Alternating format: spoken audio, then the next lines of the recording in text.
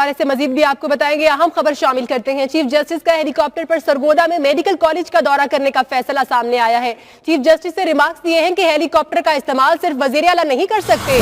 Chief justice ने advocate general को हिदायत की है कि सरगोदा में मेडिकल कॉलेज की इंस्पेक्शन करनी है, हेलीकॉप्टर का बंदोबस्त करें। आज तो वो भी नहीं है जो हेलीकॉप्टर पर सैर करते थे। जी हां, चीफ जस्टिस का हेलीकॉप्टर पर सरगोदा में मेडिकल कॉलेज का दौरा करने का फैसला सामने आया। चीफ जस्टिस ने यह रिमार्क्स दिए हैं कि हेलीकॉप्टर का इस्तेमाल सिर्फ वजीर आला ही नहीं कर सकते। चीफ जस्टिस ने एडवोकेट जनरल को हिदायत की है कि सरगोदा में मेडिकल कॉलेज की इंस्पेक्शन करनी है, लिहाजा हेलीकॉप्टर का बंदोबस्त किया जाए। आज तो वो भी नहीं है जो हेलीकॉप्टर पर सैर करते थे, ये कहा गया चीफ जस्टिस की जानिब से।